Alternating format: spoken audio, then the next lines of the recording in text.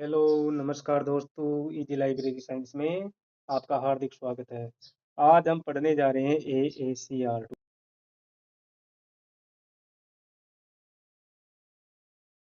आज हम पढ़ने जा रहे हैं AACR2 की एंट्री। कौन सी? AACR2 की entry. AACR2 most important topic है। एग्जाम में सीधे सीधे बहुत सारे क्वेश्चन पूछे जाते हैं। AACR2 की एंट्री कितने प्रकार की होती है, उसका फॉर्मेट समझते हैं। जब ये फॉर्मेट समझ में आ जाएगा तब अपने को AACR2 के बारे में समझ में आएगा। एग्जाम में निश्चित रूप से यहाँ से क्वेश्चन पूछा जाता है एंट्री से संबंधित 1 या 2 नंबर की। ये वीडियो देखने के बाद में आपको सारे डाउट क्लियर हो जाएंगे कि AACR2 की एंट्री कैसे बनती है और क्या होती है, उसके बारे में अपन इसमें डिस्कशन करते हैं। जितने भी वीडियो को लाइक्स एंड सब्सक्राइब कर दें और बेल आइकन को ऑन कर लें और कमेंट बॉक्स में एक प्यारा सा कमेंट करें। ये वीडियो बहुत ही हेल्पफुल है। अब देखो, टाइप्स ऑफ एंट्री। AACR2 की एंट्री। AACR2 की एंट्री देखो, 3 प्रकार की होती है एंट्री। एक तो होती है मेन एंट्री, एक होती है एडेड एंट्री और एक होती है रेफरेंस एंट्री। 3 प्रकार की एंट्री होती है। मेन एंट्री जिसके कोई भी टाइप नहीं होते हैं। एडेड एंट्री, इस एडेड एंट्री के 5 टाइप होते हैं। रेफरेंस एंट्री, इस रेफरेंस एंट्री के 4 टाइप की हो। ये चीज समझ में आ गई। चलो, इसके कोई टाइप नहीं होते हैं बल्कि इसके क्या सेक्शंस होते हैं। क्या होते हैं? सेक्शन होते हैं। बल्कि इसके क्या सेक्शन होते हैं। अब देखो, एडेड एंट्री के 5 टाइप कौन कौन से हैं। सब्जेक्ट एंट्री है, जॉइंट ऑथर एंट्री है, कोलाबोरेटर एंट्री है, टाइटल एंट्री है और सीरीज एंट्री है। कौन कौन सी है? सब्जेक्ट एंट्री है, जॉइंट ऑथर एंट्री है, कोलाबोरेटर एंट्री है, टाइटल एंट्री है और सीरीज एंट्री। अब देखो, कोलाबोरेटर एंट्री, इस कोलाबोरेटर एंट्री के भी 5 टाइप होते हैं। कोलाबोरेटर एंट्री के भी कितने? 5 टाइप होते हैं। 5 टाइप कौन कौन से हैं? Editor entry, reviser entry, illustrator entry, compiler entry और ट्रांसलेटर एंट्री। 5 टाइप कौन कौन से हैं कोलैबोरेटर के? Editor entry, revise entry, illustrator entry, compiler entry और ट्रांसलेटर एंट्री। अब देखो, इस रेफरेंस एंट्री के 4 टाइप कौन कौन से हैं। अब देखो, see reference entry, see also reference entry, name title entry, explanatory entry. ये एंट्री का अपने पास चार्ट है AACR2 का। बहुत इंपॉर्टेंट है, 1 व 2 बार रिवीजन कीजिए। ये माइंड में बैठेगा तभी एंट्री के बारे में समझ में आएगा, वरना नहीं आएगा। एक बार में वापस रिवीजन कर देता हूँ। AACR2 की टाइप ऑफ एंट्री 3 प्रकार की होती है। एक तो होती है मेन एंट्री, एक होती है एडेड एंट्री और एक होती है रेफरेंस एंट्री। इसके कोई टाइप नहीं होते बल्कि इसके सेक्शन होते हैं। इसके 5 टाइप होते हैं और इसके 4 टाइप होते हैं। इसके 5 टाइप कौन कौन से हैं? Subject entry, joint author entry, collaborator entry, title entry और सीरीज एंट्री। अब इस कोलाबोरेटर के भी 5 टाइप है। Editor entry, reviser entry, illustrator entry, compiler entry और ट्रांसलेटर एंट्री। अब इस रेफरेंस एंट्री के 4 टाइप कौन कौन से हैं? See reference entry, see also reference entry, name title entry, explanatory entry. अगर वीडियो पसंद आए दोस्तों तो वीडियो को लाइक्स एंड सब्सक्राइब करें। ऐसे ही नई नई वीडियो लाइब्रेरी साइंस से आपको यहाँ पे देखने के लिए मिलेगी। वीडियो बहुत हेल्पफुल है दोस्तों। डायरेक्ट एग्जाम में क्वेश्चन टपकने वाला है यहाँ पे। अब देखो, मेन एंट्री। मेन एंट्री के कोई भी टाइप नहीं होते बल्कि इसके कितने? 8 सेक्शन होते हैं। एग्जाम में पूछा जाए कि मेन एंट्री के कितने सेक्शंस होते हैं? 8। 8 सेक्शन कौन कौन से होते हैं? पहला आ जाएगा कॉल नंबर, दूसरा आ जाएगा हेडिंग सेक्शंस, तीसरा आ जाएगा टाइटल एंड इम्प्रिंट सेक्शन, चौथा आ जाएगा physical description and series section, पांचवा आ जाएगा नोट सेक्शन, छठा आ जाएगा ISBN, ISSN, ISBD। Comment box में इनकी फुल फॉर्म बताओ। सेशन सेक्शन 7वां और 8वां आ जाएगा ट्रेसिंग सेक्शन। ये मेन एंट्री में कैसे क्या होता है इनका अपन अगले वीडियो में प्रैक्टिकली करके बता दूंगा, है ना। मेन एंट्री के कितने? 8 सेक्शन होते हैं। कोई भी टाइप नहीं होता है। पहला कॉल नंबर, दूसरा हेडिंग सेक्शन, तीसरा टाइटल एंड इम्प्रिंट सेक्शन, चौथा फिजिकल डिस्क्रिप्शन सीरीज सेक्शन, पांचवा नोट सेक्शन, छठवा ISBN, ISSN, ISBD, सातवां एसेशन सेक्शन, आठवां ट्रेसिंग सेक्शन। एक लोकप्रिय क्वेश्चन है, बीच बीच में ये क्वेश्चन आते रहेंगे। भारतीय विज्ञान एकेडमी द्वारा पब्लिश पत्रिका कौन सी है? तो याद रखना आपको करंट साइंस। नेक्स्ट, अगर वीडियो पसंद आ रहा है दोस्तों तो वीडियो को लाइक एंड सब्सक्राइब करें और कमेंट बॉक्स में एक प्यारा सा कमेंट करें। नेक्स्ट, अब AACR2 की मेन एंट्री बनाते समय किन किन नियमों का पालन किया जाता है, उन नियमों के बारे में अपन पढ़ेंगे। ये बहुत ही अच्छे हैं।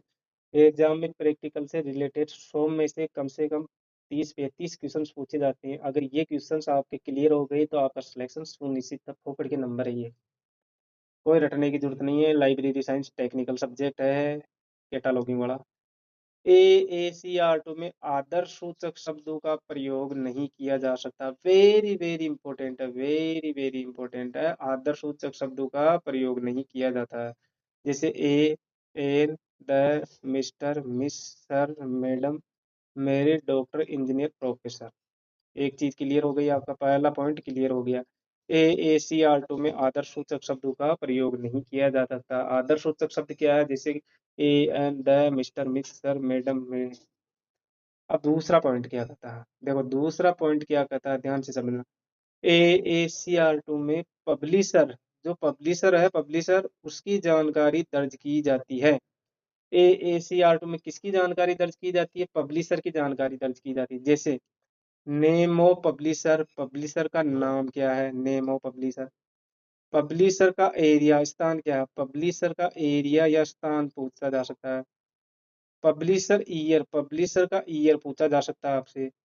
बुक की फिजिकल फॉर्म, बुक की फिजिकल फॉर्म की जानकारी भी दर्ज की जाती है। ये चीज ध्यान रखना, ये मोस्ट इंपोर्टेंट क्वेश्चन है।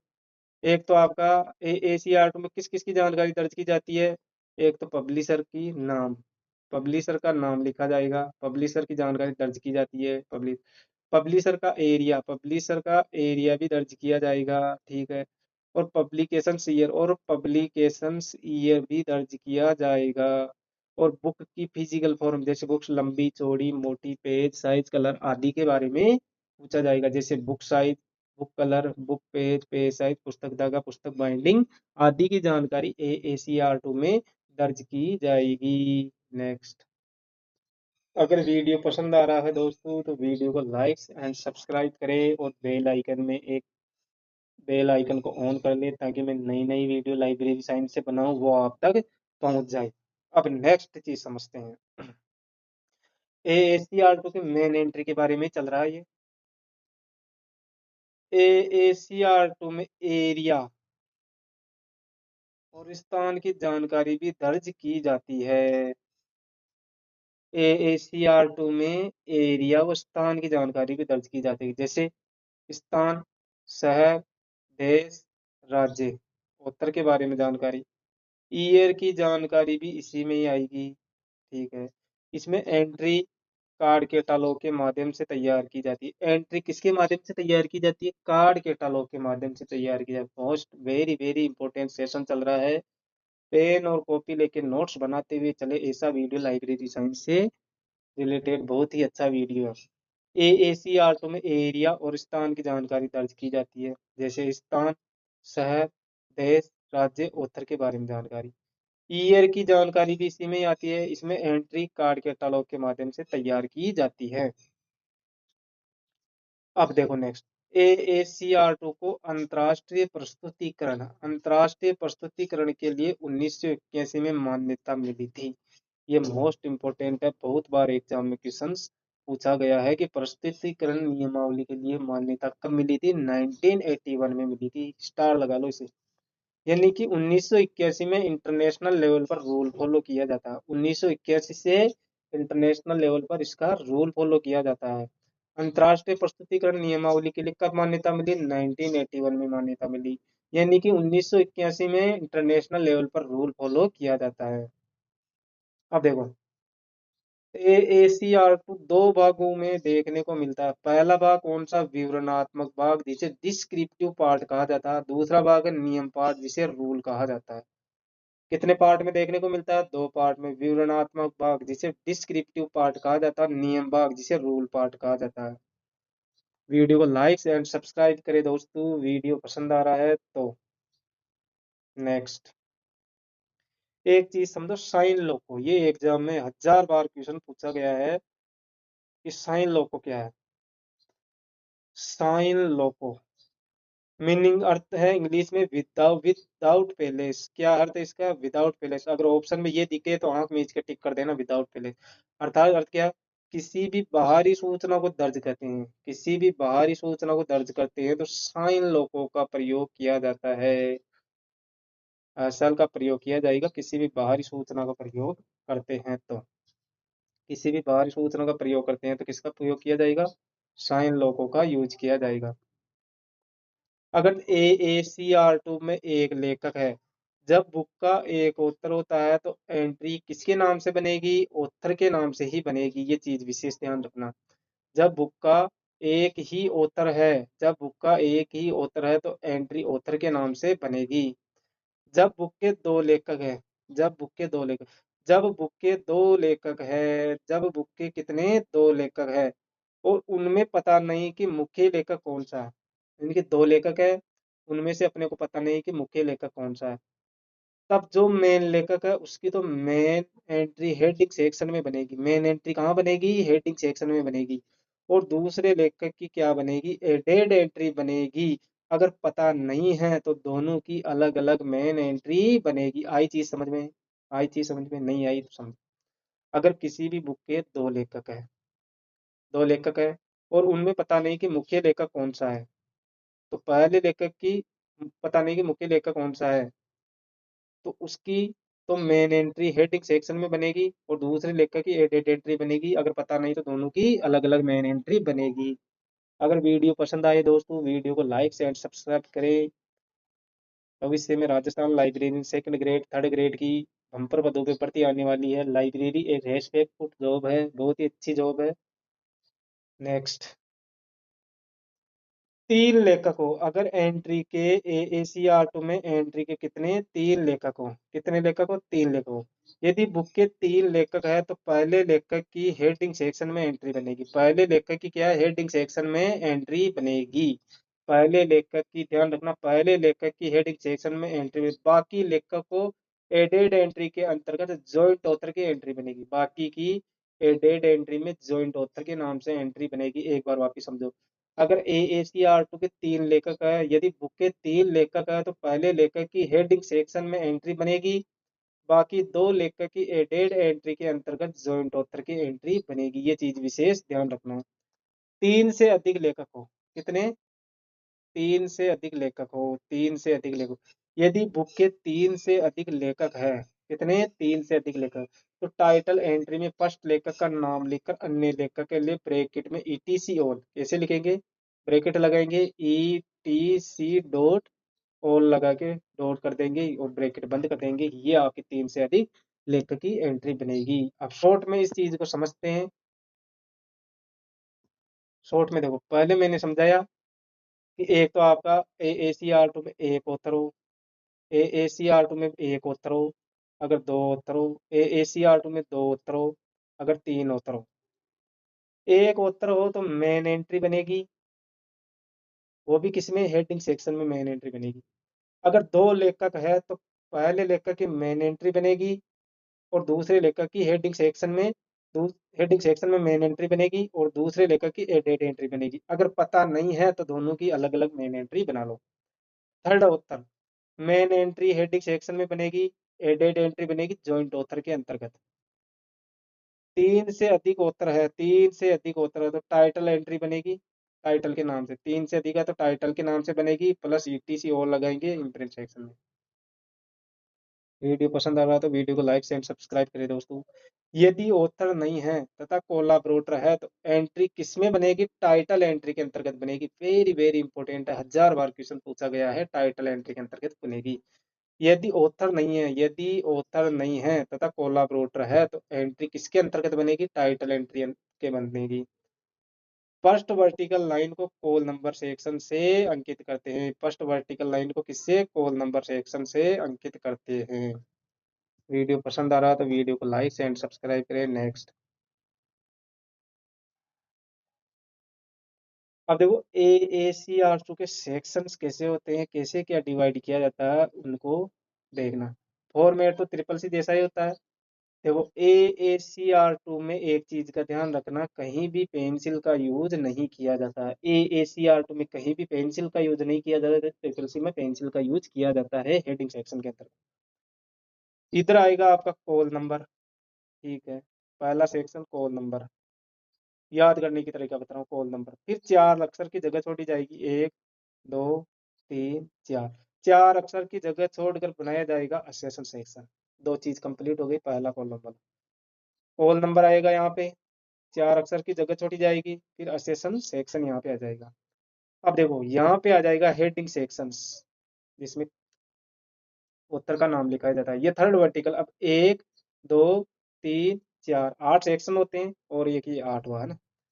अब देखो title and imprint section, title and imprint section आएगा, फिर physical description and series section आएगा, फिर नोट सेक्शन आएगा, फिर आईएसबी आएगा, फिर ट्रेसिंग सेक्शन आएगा। एक बार वापिस समझो, पहला सेक्शन आ जाएगा आपका कॉल नंबर हो जाएगा, दूसरा सेक्शन आपका हेडिंग सेक्शन हो जाएगा, तीसरा सेक्शन हो जाएगा टाइटल एंड इम्प्रिंट सेक्शन हो जाएगा, चौथा सेक्शन हो जाएगा physical description and series section हो जाएगा, पांचवा सेक्शन नोट सेक्शन हो जाएगा आपका, छठा सेक्शन हो जाएगा आईएसबीएन, और सातवां सेक्शन हो जाएगा असेसन सेक्शन।